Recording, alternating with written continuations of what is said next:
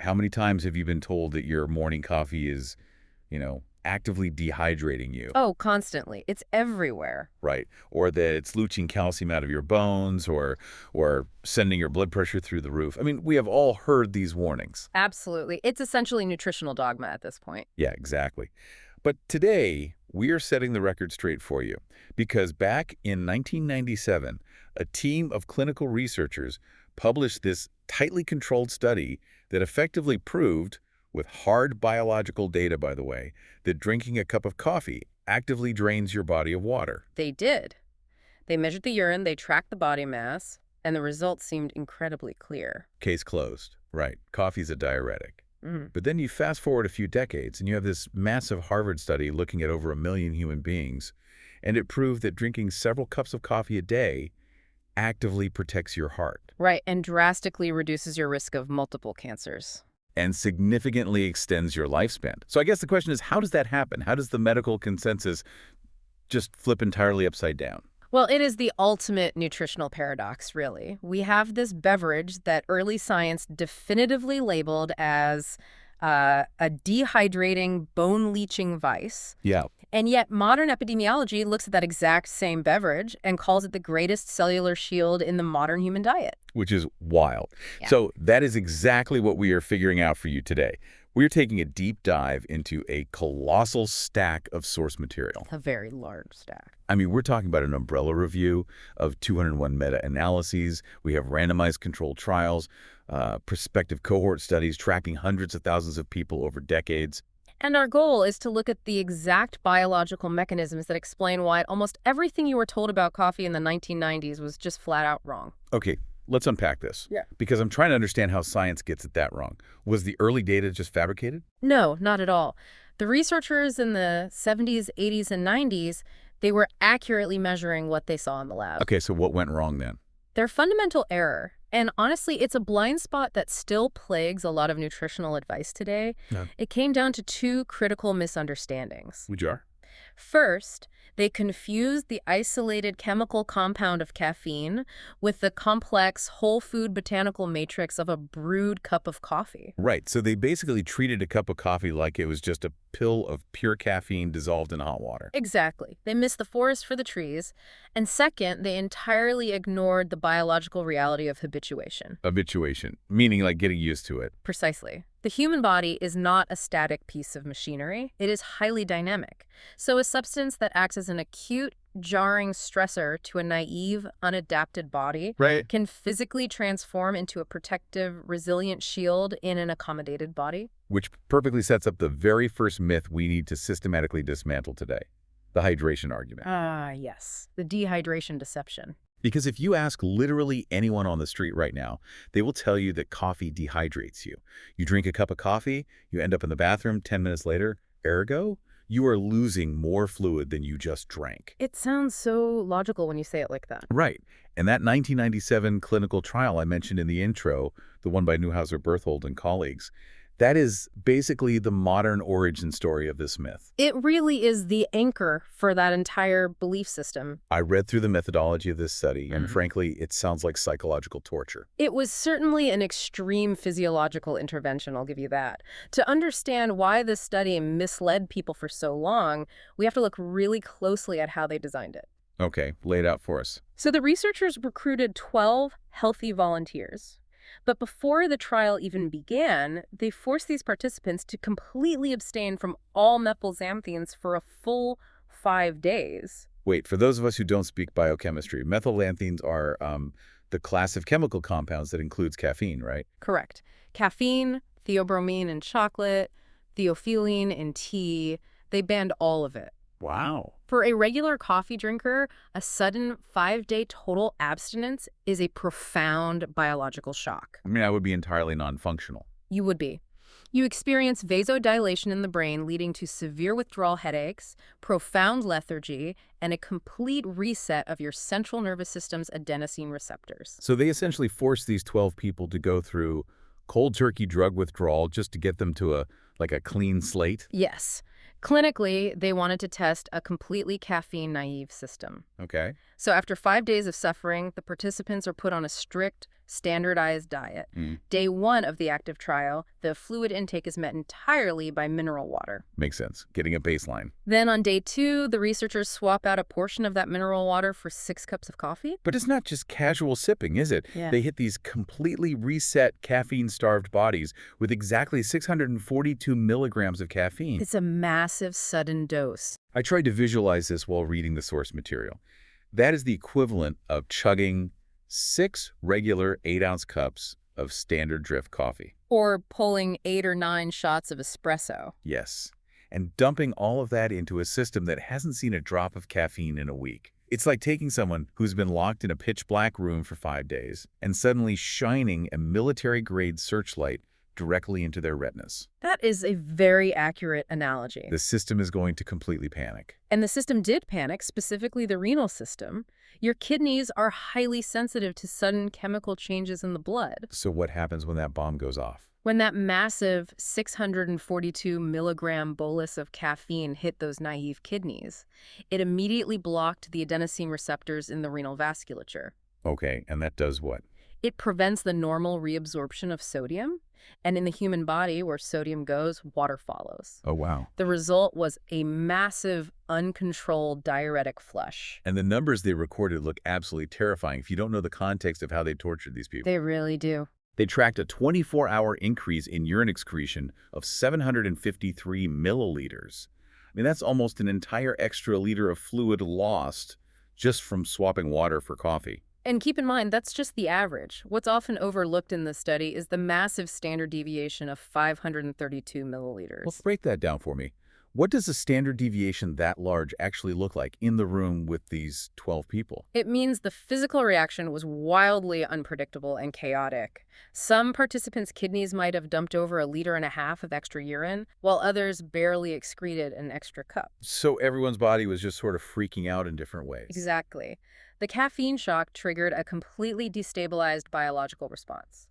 But regardless of the individual variants, the net result was a negative fluid balance across the board. They lost water. They tracked a decrease in body weight of 0.7 kilograms, and using bioelectrical impedance, they estimated that total body water dropped by about 2.7%. So if you are a science journalist in the late 90s, you read that abstract, and you immediately write a headline. Science proves coffee flushes water from your body. Naturally, you look at the data, it pushes out sodium, it drops your total body water by almost 3%. You read that and think you need to drink a gallon of water just to offset your morning brew. Which is the dogma that survived for decades. But the fatal flaw of the 1997 study is that it tested a scenario that essentially never happens in the real world. Right. Nobody quits coffee for a week and then suddenly chugs 6 cups in a single afternoon. No one. We drink coffee habitually. We wake up, we have a cup or two every single day for years. It's the habanero pepper analogy. Oh, sure, that one, that's perfect. Okay, so if you take a guy who only eats plain white rice and boiled chicken, and you suddenly force him to eat a whole raw habanero pepper, he is going to sweat, he's going to cry, his heart rate is going to spike, and he might even vomit. A severe acute reaction, yes. Right.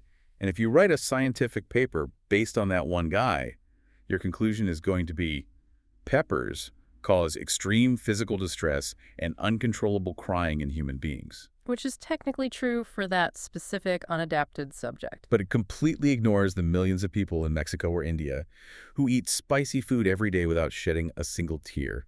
It ignores tolerance. That is the absolute perfect way to frame it. Tolerance changes the entire physiological equation. Okay. The kidneys, much like the brain, adapt.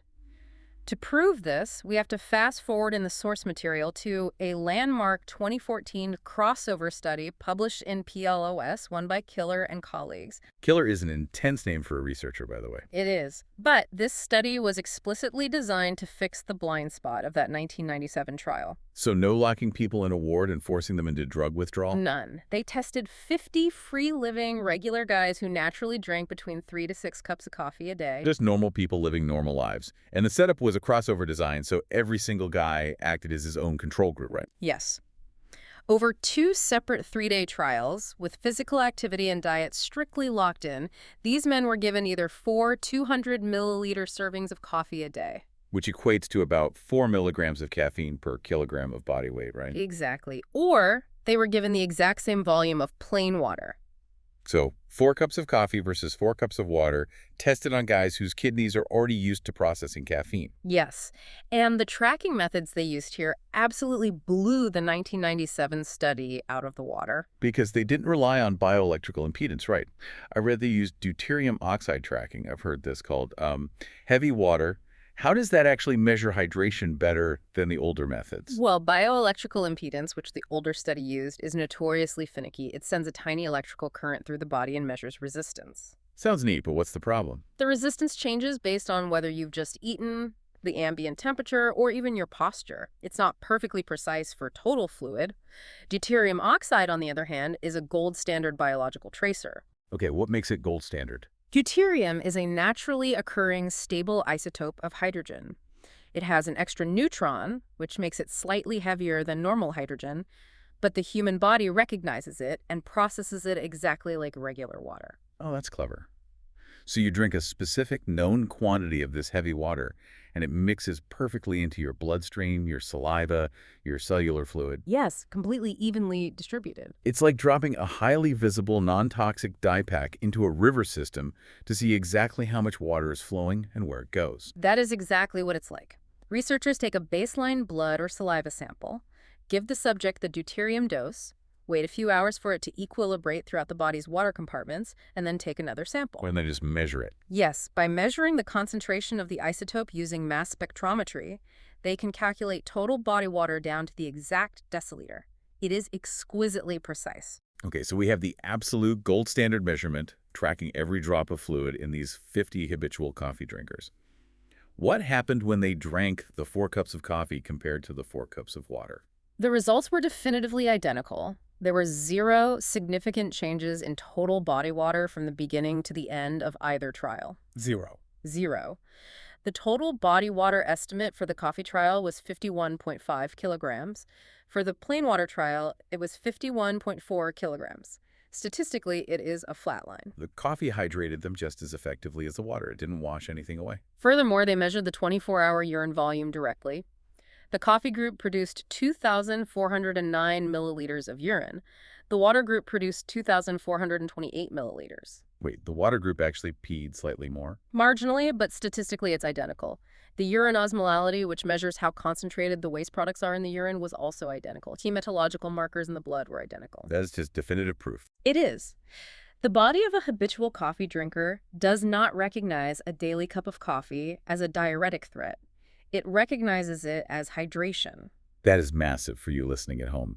The water inside the coffee absolutely counts toward your daily fluid intake. It is a net positive. Exactly. But I do want to push back on this because I've read another major piece of research from our source stack, the 2015 meta-analysis by Zhang. They looked at 16 different studies, and they did find that caffeine, in a vacuum, exerts a mild diuretic effect. They did find that. Right. They noted an increase in urine volume of about 109 milliliters compared to a placebo.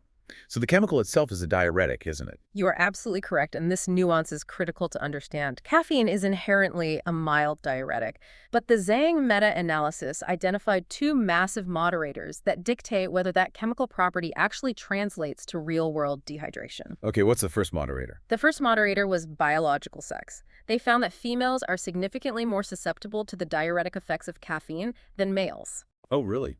How much more? The effect size for fluid loss in women was 0.75 compared to just 0.13 in men.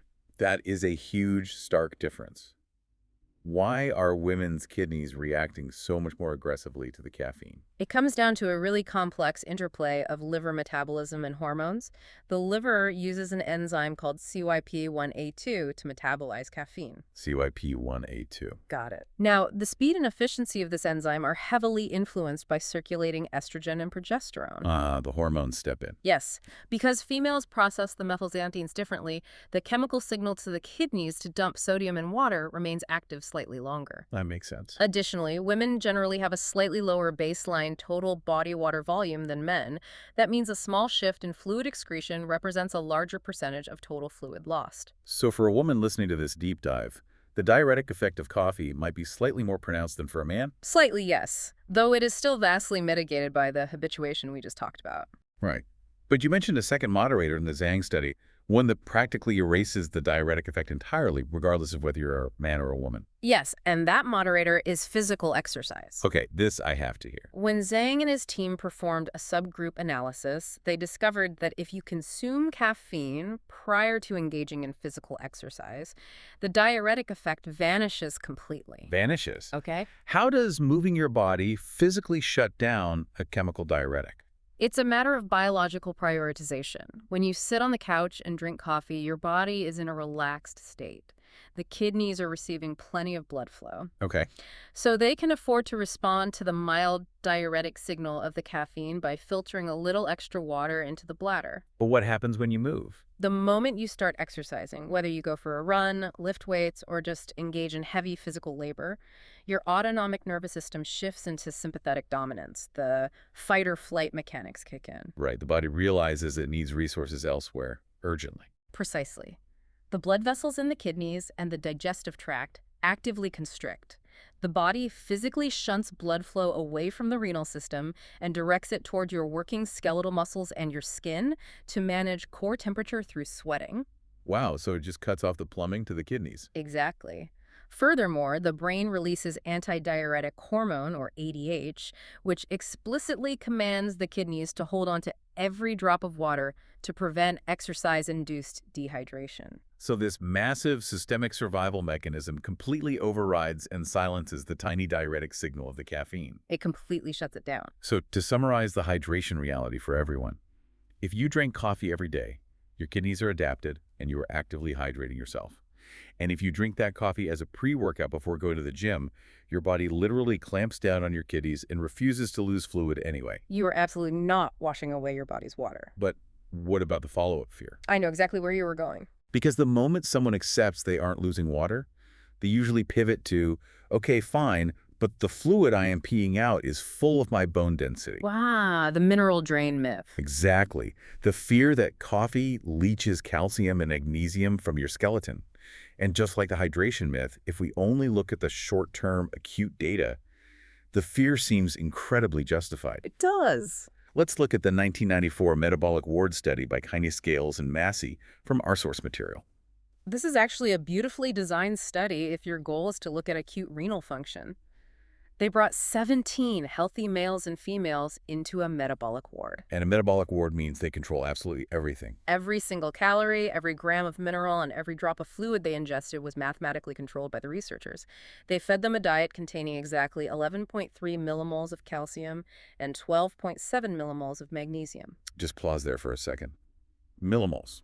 That's how chemists talk. But nobody tracks their daily diet in millimoles. We use milligrams. We'll get to the conversion in a second. But basically, they knew exactly how much bone-building material was going into these people's mouths. Precisely. They had them abstain from caffeine on day 1 to establish a baseline. Then, on day 2, they simulated a heavy morning coffee routine. Okay, what'd that look like? They gave the subjects a dose of caffeine based on their lean body mass at 7 a.m. and a second identical dose at 10 a.m. So, 2 strong cups of coffee before noon. What happens inside the kidneys when that hits? They tracked salivary caffeine concentrations, which hit their absolute peak right at 11:30 a.m. The half-life of that caffeine, meaning the time it took for the body to clear exactly half of it from the bloodstream, was 7.3 hours. Okay. As that caffeine was actively processing, the researchers rigorously analyzed the urine, and they found that for the 6 solid hours following that second morning dose, urinary excretion of both calcium and magnesium was significantly elevated. The caffeine goes in and the vital minerals come out. That looks like a massive red flag. It does. But the body has internal accounting systems, right? It knows when it's losing something it needs. It absolutely does. The body is in a constant, desperate pursuit of homeostasis. The researchers knew this, which is why they didn't just stop tracking at dinner time. They wanted to see if the body caught the mistake. Yes. They wanted to see if the kidneys would recognize the morning mineral loss and actively compensate for it later, and they did. Oh, they did? Between 1 a.m. and 4 a.m., while the subjects were sleeping and the caffeine was finally clearing out of their system, the kidneys clamped down. There was a highly significant decrease in urinary calcium and magnesium excretion overnight. So the renal system was actively trying to balance the books and hold on to whatever minerals were left. Exactly. But I'm looking at the final tally in the study, and the midnight accounting wasn't enough. It was not enough. The nighttime renal conservation failed to fully offset the morning caffeine-induced flush. At the end of the 24-hour cycle, the subjects ended up with a net urinary increase of 0.32 millimoles of calcium and 0.16 millimoles of magnesium lost to the toilet. And if you stop reading the science right there, you are terrified. Coffee causes net loss of bone minerals. Headline written. But let's do the translation I promised. When we take those clinical millimoles and convert them into the milligrams that we actually read on the back of a nutrition label, the reality is almost comical. It really is an issue of scale. When we run the standard dietary analysis, consuming 400 milligrams of caffeine. Which is about 4 strong cups of drip coffee or 4 shots of espresso. Right. Consuming that causes a net urinary loss of exactly 4 milligrams of calcium and 4 milligrams of magnesium. 4 milligrams. Let's put that in human perspective for you listening. A healthy adult needs to consume somewhere between 300 to 400 milligrams of magnesium every single day just to run basic cellular functions. And you need anywhere from 500 to 1,000 milligrams of calcium a day to maintain your skeleton. So losing 4 milligrams of calcium when you're taking in 1,000, I mean, that is a statistical rounding error. It's less than 0.5% of your daily intake. It's minuscule. And the irony goes even deeper when you remember what we established at the beginning of this deep dive. Coffee is not pure caffeine. It is a botanical extraction. Right. Yeah. A standard cup of brewed coffee naturally contains minerals pulled from the soil the bean was grown in. A single cup of coffee contains far more magnesium than the 4 measly milligrams the caffeine causes you to excrete. Oh my gosh. You actually yield a net positive of magnesium just by drinking the beverage. You do? The very drink people accuse of draining their magnesium is secretly a magnesium supplement. That is hilarious. It is a profound misunderstanding of the whole food matrix. Oh wait, biology is cumulative. Let me play devil's advocate here for a second. Please do. Let's say I lose 4 extra milligrams of calcium every single day. Over a week, that's 28 milligrams. Over a year, that's about 1,400 milligrams. If I drink coffee every day for 30 years, doesn't that tiny daily leak eventually hollow out my bones? I mean, 4 milligrams a day over decades has to add up to a fragile skeleton, right? That is a very logical assumption, but it fundamentally misunderstands how the calcium economy in the human body operates. How so? Your skeleton is not a static piece of marble that just slowly erodes. It is a living, breathing organ. It is a dynamic bank account. Explain that bank account. How does it work on a daily basis? Every single day of your life, millions of microscopic cellular demolition crews, called osteoclasts, are breaking down old microfractured bone tissue and releasing that calcium into your blood. Okay, demolition. At the exact same time, construction crews called osteoblasts are taking fresh calcium from your diet and laying down brand new bone. This is called bone remodeling. So it's constantly rebuilding itself. Constantly. In an average adult, you are actively moving hundreds of milligrams of calcium in and out of your bones every single day. It's a massive high-volume trading floor. So a 4 milligram loss isn't a crack in the foundation. It's a penny falling out of your pocket on a multi-million-dollar trading floor. Exactly. And to definitively answer your question about long-term risk, we must look at the comprehensive review authored by Dr. Robert Heaney, published in Food and Chemical Toxicology. Who is Dr. Heaney? Dr. Heaney is widely considered one of the foremost historical experts on bone biology and human calcium metabolism. He analyzed all the controlled balance studies and physiological data over decades. And what was his final verdict on the cumulative damage of coffee? He found that while caffeine does have a staggeringly small depressant effect on the intestine's ability to absorb calcium, the net effect on the total calcium economy of a free-living human is completely negligible. Negligible. He concluded that there is absolutely no evidence that caffeine has any harmful effect on bone status or fracture risk in individuals who ingest the recommended daily allowance of calcium. Okay, but if the biology shows it's negligible, why were there so many early observational studies linking high coffee consumption to osteoporosis? Where did that data come from if the chemical mechanism is a ghost? That brings us to one of the most classic epidemiological traps in nutritional science: the confounding variable of displaced behavior. Displaced behavior. What does that mean here? When Heaney dug into those alarming observational studies, he found a glaring behavioral pattern. The people who were drinking 4, 5, or 6 cups of coffee or caffeinated soda a day, what were they not drinking? Milk. Dairy, precisely. There was a massive inverse relationship in the early datasets between caffeine consumption and milk consumption. Oh, wow. Picture an office worker in the 1980s. They drink a pot of black coffee at their desk, they drink Diet Cola with lunch, and they go home. They are consuming virtually zero dietary calcium. So high coffee intake wasn't the biological cause of their weak bones. It was simply a behavioral marker for a terrible diet. The coffee wasn't destroying their skeleton. Their absolute failure to consume calcium was destroying their skeleton.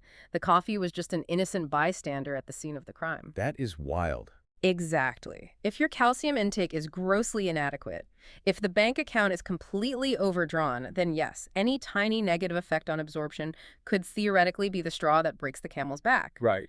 But Heaney stated quite clearly how easily this is mitigated.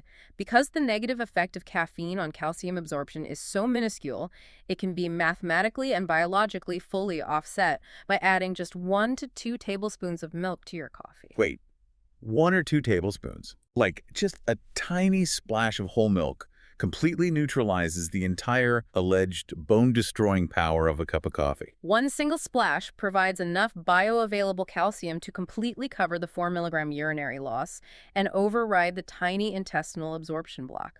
The math balances perfectly. That is incredibly reassuring. So if you are eating a balanced diet, if you're getting enough calcium from your food, you can drink your coffee in complete peace. You really can. It's not dehydrating you, and it's not dissolving your bones. But what about the most immediate, visceral, physical sensation we feel after drinking a strong cup of coffee? The cardiovascular response. Right. Your heart rate speeds up, you feel a surge of energy, maybe even a little flutter in your chest. Let's talk about the cardiovascular system, because the idea that coffee causes high blood pressure is practically gospel in some medical circles. And it is heavily debated in cardiology for a very good reason. Once again, we have to navigate the confusing, often contradictory waters of acute short-term effects versus chronic long-term adaptations. Right, because if I strap a blood pressure cuff to my arm right now, take my baseline reading, and then chug a double shot of espresso, the monitor is going to show a spike, isn't it? Unquestionably. The sympathetic nervous system responds rapidly to caffeine.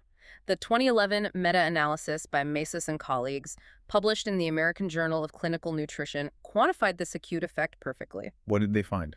They specifically looked at clinical trials involving hypertensive individuals, people whose blood pressure is already dangerously high. They administered between 200 to 300 milligrams of caffeine. Which is roughly 2 cups of coffee. What did the blood vessels do? The caffeine triggers the release of adrenaline and actively blocks adenosine, causing the blood vessels to immediately constrict. So the pipes get smaller. Yes, the heart pumps harder against narrower pipes. The researchers measured a mean acute increase of 8.1 millimeters of mercury in systolic blood pressure and a 5.7 millimeter of mercury increase in diastolic pressure. Wow. This spike initiated within the first hour and remained elevated for over 3 hours. An 8-point jump in systolic pressure is massive. If you are a cardiologist in the 1980s and you hook a patient up to a monitor, hand them a coffee, and watch their pressure surge 8 points, you're going to tell them to never touch the stuff again. Of course. You're going to assume that this daily stress is actively destroying their heart. It is the most logical assumption a doctor could make based on acute observation. If a substance reliably and violently spikes your blood pressure every morning for 3 hours, then chronic, decades-long consumption of that substance must surely lead to chronic hypertension, arterial damage, and eventual heart failure. It makes perfect linear sense. But human biology is rarely linear. Never. Here is where the science takes a massive plot twist. What happens when we zoom out? What happens when we stop looking at a 3-hour window and start looking at people over 5, 10, or 20 years of habitual coffee drinking? The picture reverses entirely. Entirely. When we look at long-term cohort studies, the chronic development of hypertension completely decouples from the acute spike. A 2012 systematic review and meta-analysis by Stefan and colleagues in the Journal of Hypertension looked at massive populations over time. And what did the data show? They calculated a pooled risk ratio for developing hypertension of 1.03. In statistical terms, that means there is zero significant effect.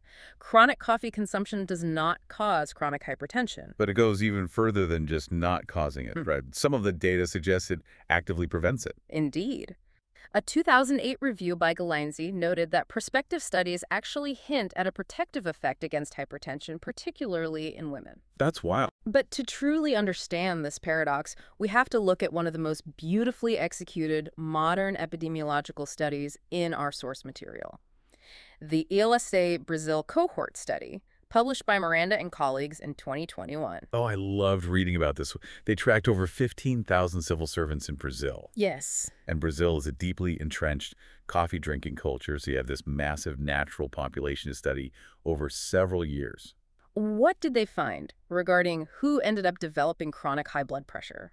They categorized the participants by their daily coffee habits, and they found that compared to people who never or almost never drank coffee, the individuals who habitually consumed 1 to 3 cups a day experienced an 18% lower risk of developing hypertension. An 18% reduction in risk. The beverage that spikes your blood pressure for 3 hours actively prevents you from developing chronic high blood pressure over a lifetime.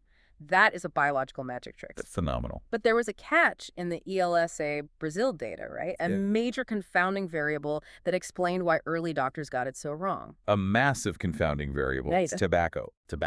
When the Brazilian researchers stratified their thousands of participants by smoking status, a glaring reality emerged. The 18% decreased risk of hypertension from drinking 1 to 3 cups of coffee a day was observed exclusively in people who had never smoked. Ah, there it is. For former smokers and current smokers, the coffee offered absolutely no significant protective cardiovascular effect. This paints such a vivid picture of how science evolves and corrects its own mistakes. Think about the culture of the mid-20th century. You go to a diner, you sit at the counter, you order a black coffee, and you immediately light up a cigarette.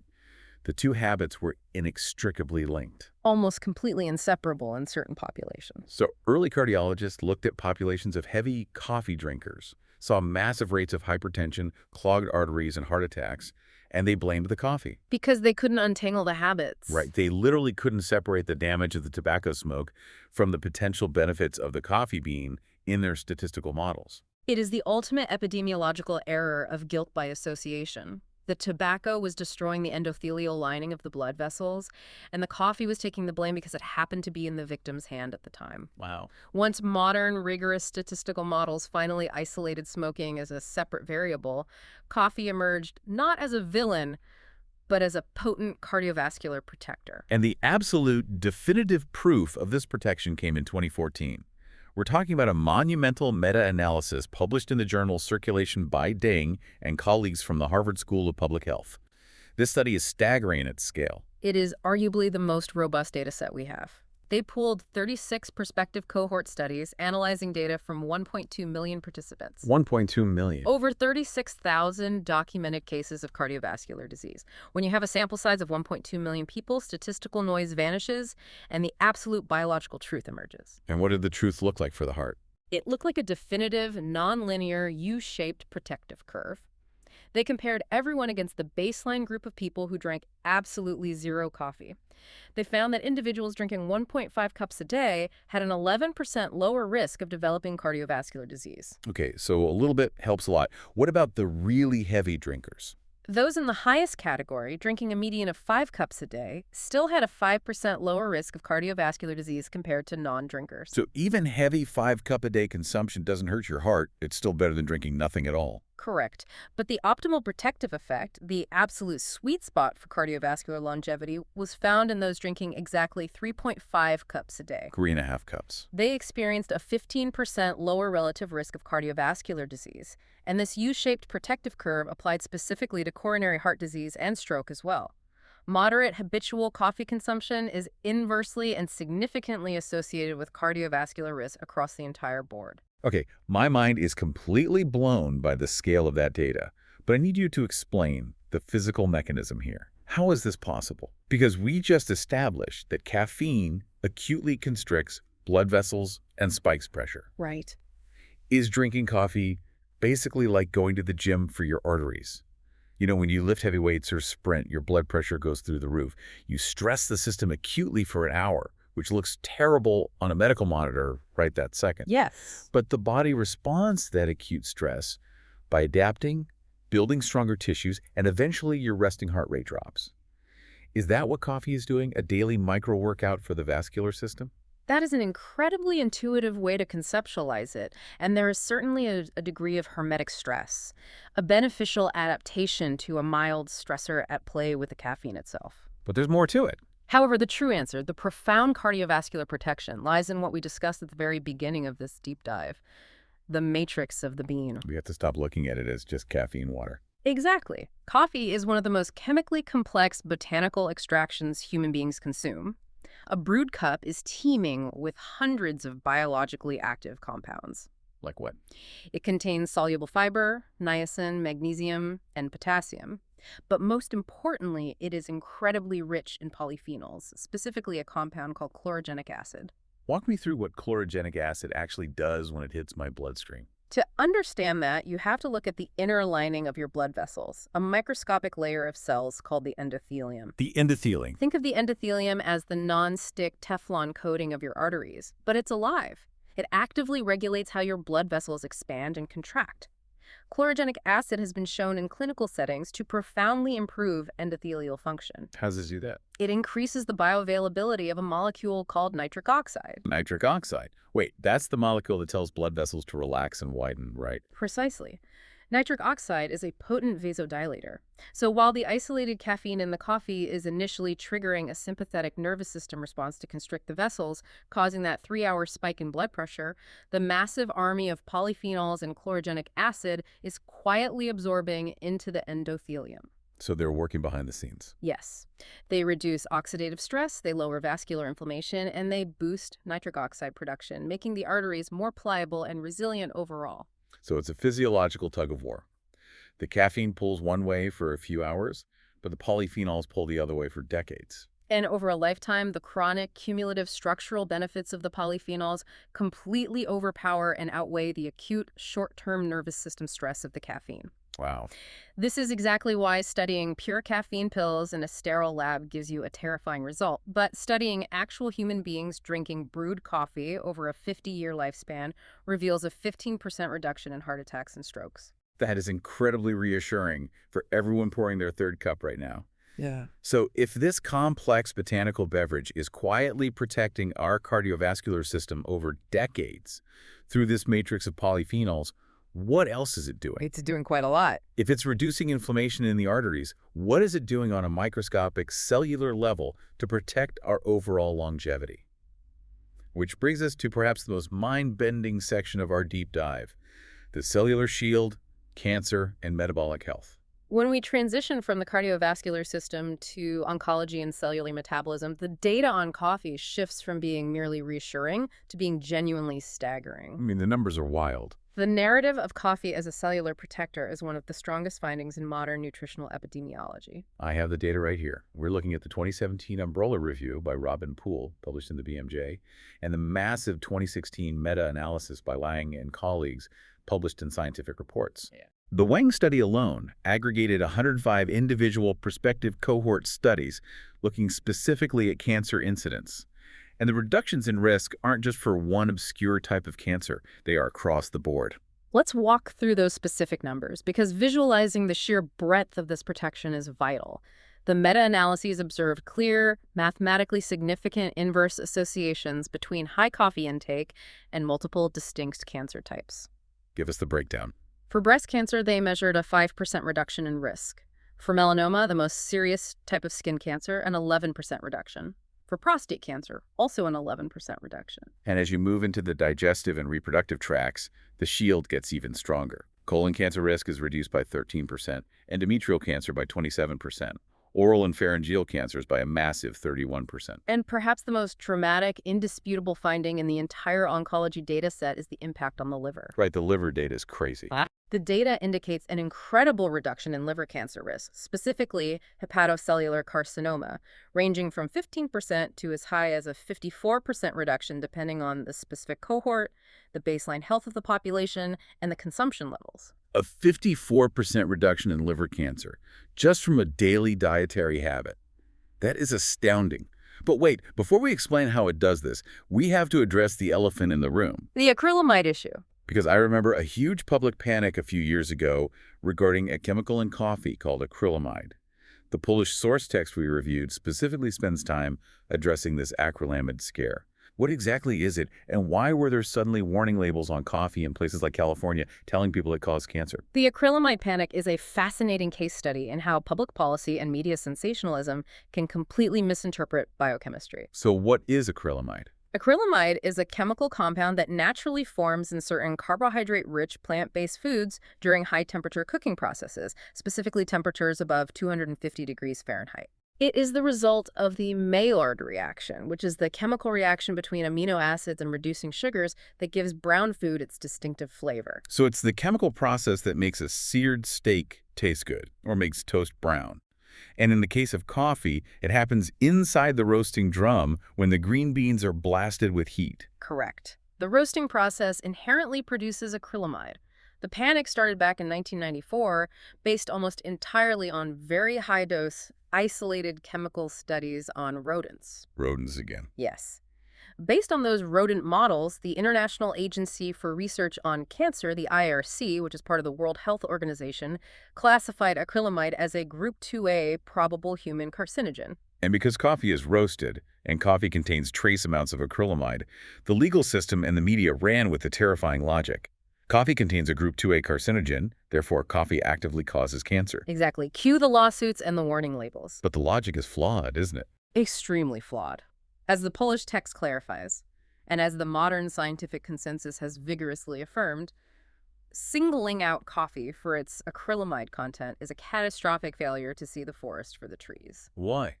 Is it in other stuff? Acrylamide is ubiquitous in the modern human diet. It is in French fries, roasted almonds, potato chips, crackers, peanut butter, and even breakfast cereals. If you bake, fry, or roast a carbohydrate, you are consuming acrylamide. Wow, okay. But the more important question is, what does the actual human epidemiological data show? When you look at millions of human beings drinking this roasted beverage every day, do their cancer rates go up? That is the crux of the entire debate, and the answer is definitively no.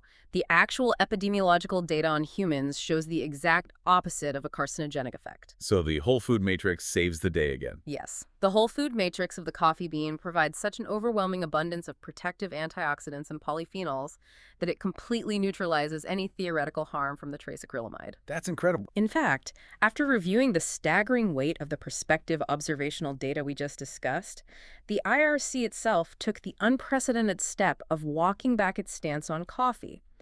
They reclassified coffee into Group 3, meaning it is explicitly not classifiable as to its carcinogenicity to humans. Oh, wow, they actually walked it back. They did. The overwhelming weight of the data points to coffee acting as a profound anti-carcinogen. Okay, so the acrylamide scare is practically irrelevant when you look at the net biological effect of the whole beverage.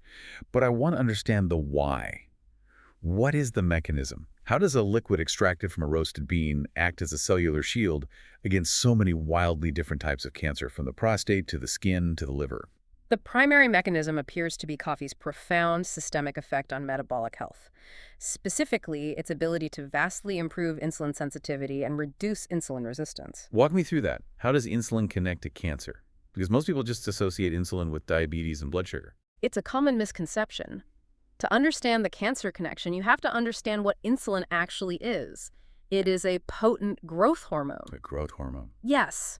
When a person develops insulin resistance, which happens when cells act like locked doors and refuse to absorb glucose from the blood, the pancreas panics. Right. It starts pumping out massive amounts of extra insulin to try and force those cellular doors open. This state is called hyperinsulinemia, chronically high insulin levels circulating in the blood. So the body is just marinating in a growth hormone. Exactly. And when cells are constantly bathed in high levels of insulin and insulin-like growth factor 1, or IGF-1, it promotes aggressive cellular proliferation. It tells them to grow. It encourages cells, including smooth muscle cells and potentially mutated cells, to divide and multiply rapidly. Furthermore, high insulin actively inhibits a process called apoptosis. Apoptosis is programmed cell death, right? Yeah. It's the body's internal self-destruct mechanism for damaged or mutated cells. Yes.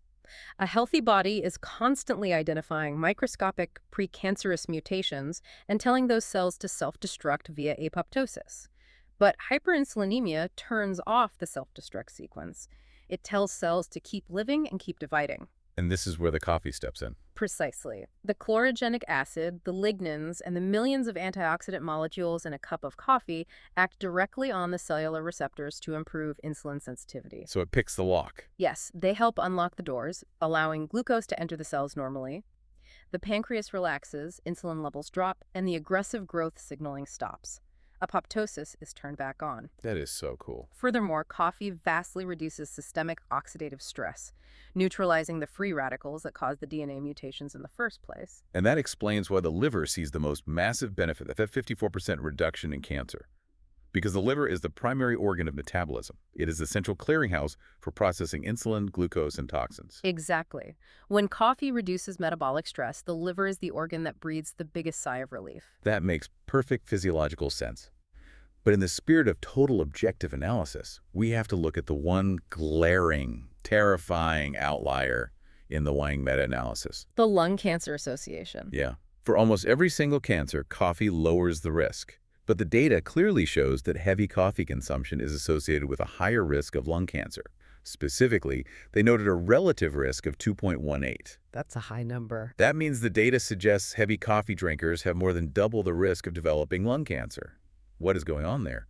Is coffee somehow destroying our lung tissue while saving our liver? This raises an incredibly important question, and it requires the listener to apply the exact same critical historical thinking we used when discussing cardiovascular disease. Okay. Ask yourself, what highly carcinogenic behavioral habit was historically intrinsically linked to heavy coffee consumption in the 20th century? Smoking cigarettes. It's the diner culture all over again. Precisely. The association between coffee and lung cancer is considered by the epidemiological consensus to be the ultimate example of residual confounding. Historically, the people drinking 6 cups of black coffee a day were very often the exact same people smoking 2 packs of cigarettes a day. But don't modern studies adjust for smoking? Can't they just factor that out mathematically? They try, but tobacco smoke is such an overwhelmingly powerful carcinogen that it creates what statisticians call a residual ghost in the data. A residual ghost. Yes, it is incredibly difficult to completely eliminate the confounding effect of smoking, especially when looking at older cohorts where smoking duration, the number of cigarettes per day, and even the depth of inhalation varied wildly from person to person. So it's just really hard to clean up the data. The scientific consensus is almost unanimous. The increased risk of lung cancer seen in heavy coffee drinkers is driven entirely by the residual historical overlap with tobacco use, not by any biological mechanism of the coffee bean itself. Okay, so if we discard the lung cancer outlier as a statistical ghost of smoking, the picture is overwhelmingly, almost miraculously positive. It really is. So what does this all mean for our daily habits? The Wang study noted that increments of just 2 cups a day drove down liver and prostate cancer risks progressively further. For instance, adding an extra 2 cups dropped liver cancer risk down to a relative risk of 0.73. Is there a ceiling to this magic? A ceiling. Yeah, we know for heart disease, the sweet spot was 3.5 cups. Does that apply to metabolic health and longevity too? Yes, the pool umbrella review in the BMJ confirms that the largest relative risk reductions for all-cause mortality, cardiovascular mortality, and incident cancer are generally observed at intakes of 3 to 4 cups a day. Beyond that, the benefits seem to plateau. So you don't get exponentially closer to immortality by drinking 10 cups a day? You do not.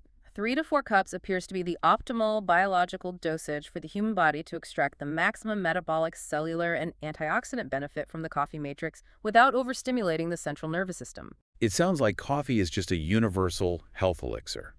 I mean, it hydrates you like water, it preserves your minerals, it rebuilds your endothelial lining, and it acts as a cellular shield against rogue mutations. It's a very powerful tool. But as expert guides to this material, we have a responsibility to look at the absolute full picture. Biology is complex, and nothing is universally perfect for everyone. There are a few very specific instances where coffee is not your friend. Let's move into the exceptions and caveats. This is a vital discussion because precision in public health messaging is critical.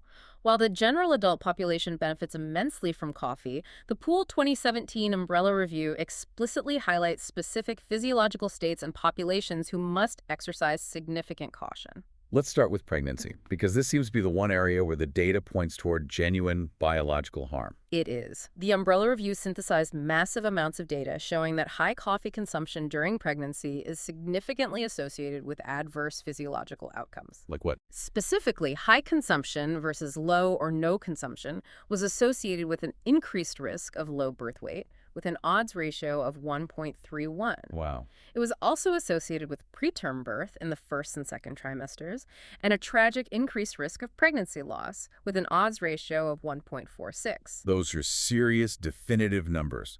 Why does caffeine have such a devastating effect during fetal development when it's so incredibly protective for a full-grown adult?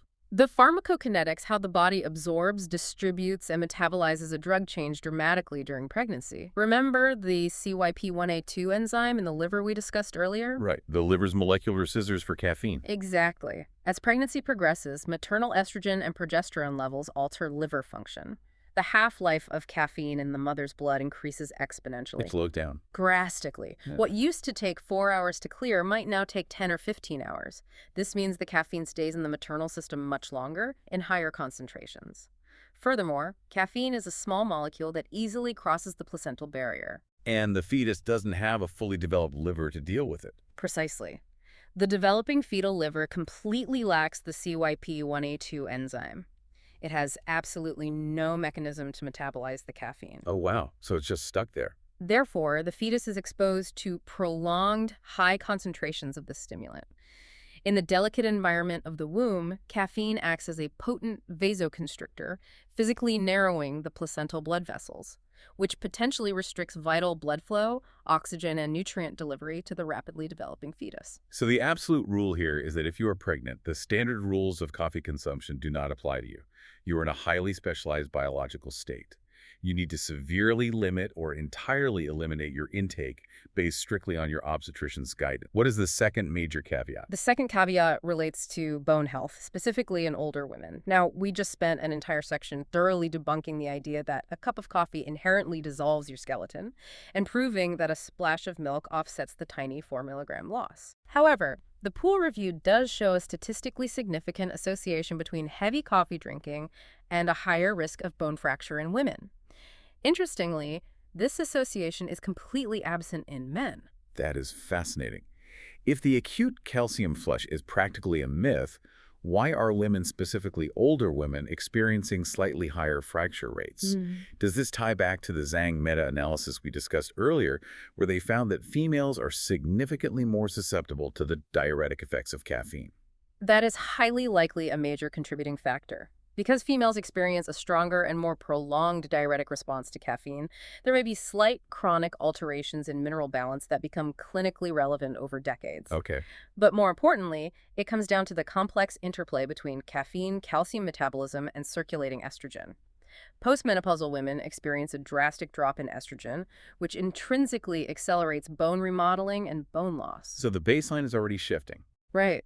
While a splash of milk offsets the acute calcium loss for a healthy adult, for a woman whose biological calcium bank is already rapidly depleting due to hormonal shifts, heavy caffeine intake might act as an unwelcome accelerant to an existing problem. It's like having a high-performance sports car. For 90% of the roads and 90% of the weather conditions, it's the absolute best, safest vehicle you can drive. A great analogy. But if you are suddenly forced to navigate a very specific, precarious terrain like a snowy mountain pass, which in this analogy is pregnancy or high baseline fracture risk, you need to switch vehicles. You have to adapt to the terrain, even if the sports car is technically a great machine. That is an excellent framework for understanding risk. And for those who do need to switch vehicles, or for those who simply suffer from anxiety or insomnia and cannot tolerate the central nervous system stimulation of caffeine, the scientific data provides a wonderful protective consolation prize. Decaf. Yes. Let's talk about decaf, because reading this part of the research was the ultimate aha moment of the whole deep dive for me. What actually happens to your body when you strip the caffeine completely out of the coffee bean? If you look closely at the BMJ Umbrella Review, the researchers didn't just look at regular coffee, they specifically analyzed the epidemiological data surrounding decaffeinated coffee. And they found something remarkable. What was it? Many of the profound metabolic and health benefits, including the management of blood cholesterol concentrations, the drastic reduction in cardiovascular disease risk, and the vast improvements in insulin sensitivity persist even when individuals exclusively consume decaffeinated coffee. Which is the absolute irrefutable proof of our very first point. If decaf provides similar metabolic and cardiovascular benefits as regular coffee, it definitively proves that the magical health properties of the beverage do not lie in the stimulant effect of the caffeine. Exactly. It proves that the true value, the real medicine of the coffee, lies entirely within its complex botanical matrix. The thousands of antioxidants, the chlorogenic acid that relaxes the blood vessels, the lignans that regulate cellular growth. So the caffeine is just a loud passenger. Yes, the coffee bean itself is the miraculous vehicle delivering the medicine. That is amazing. So if you get the jitters, or if you are pregnant and want to limit caffeine, or if you just want a warm, comforting cup after dinner, brewing a high-quality, water-processed decaf is still going to wrap your cells in a massive shield of protective polyphenols. It remains a highly protective, biologically beneficial beverage, completely independent of the caffeine content. This has been an incredibly enlightening journey through a mountain of contradictory data. Let's do a quick, definitive summary to distill this massive stack of research into a few memorable takeaways for you listening. Good idea. Let's recap. First, habitual coffee drinking does not dehydrate you. If you drink it daily, your kidneys adapt and it hydrates your body just as effectively as plain water. Second, it does not dissolve your bones. The microscopic amount of calcium lost is completely negated by adding a single splash of milk to your cup. Right. Third, it is highly protective of your cardiovascular system. Assuming you are not smoking cigarettes, drinking 3 to 5 cups a day is the biological sweet spot for lowering your risk of heart attacks and strokes. And fourth, coffee acts as a profound cellular shield, lowering your insulin resistance, turning back on apoptosis, and drastically reducing your risk of multiple cancers, most notably liver cancer. And the only strict biological exceptions are during pregnancy, where intake should be heavily restricted due to fetal liver immaturity, and for older women at a high baseline risk of bone fractures who should exercise moderation. But for the vast majority of the adult population, habitual coffee consumption is one of the most beneficial, accessible dietary habits you can maintain. Which leaves me with a final, slightly provocative thought for you to chew on as we wrap up this deep dive. Think about how much of our nutritional science and the frantic public panic that always seems to follow it is completely skewed by studying isolated chemical compounds in a vacuum versus studying a whole food in a living human. It's a major blind spot. We spent decades utterly terrified of coffee because early researchers injected pure caffeine into naive, unadapted subjects and measured a 3-hour spike in blood pressure and a temporary flush of urine. They were staring so closely at the bark of one tree that they completely missed the magnificent forests of the botanical matrix. Exactly. Furthermore, consider the profound, almost magical power of biological habituation. A substance that acts as a violent shock and a stressor to a naive, unadapted body physically transforms into a protective, resilient shield in an adapted body. It is a beautiful, humbling demonstration of human biology, and it begs a much larger question for all of us. What other foods or physical habits or environmental stressors in our daily lives are we entirely misjudging because we are only looking at the acute temporary shock rather than the long-term structural adaptation? Exactly. We were so afraid of acute stress that we forget it is the very mechanism of long-term strength. Next time you go to the gym or take an ice bath or simply pour that dark roast into your favorite mug, remember that adaptation is where the magic happens. We want to thank you for joining us as the third person in the room today for this deep dive into the source material. The next time you pour that morning cup and you're looking at that dark, aromatic liquid, I hope you don't hear that nagging voice of guilt anymore. I hope you enjoy it with a completely new sense of peace of mind.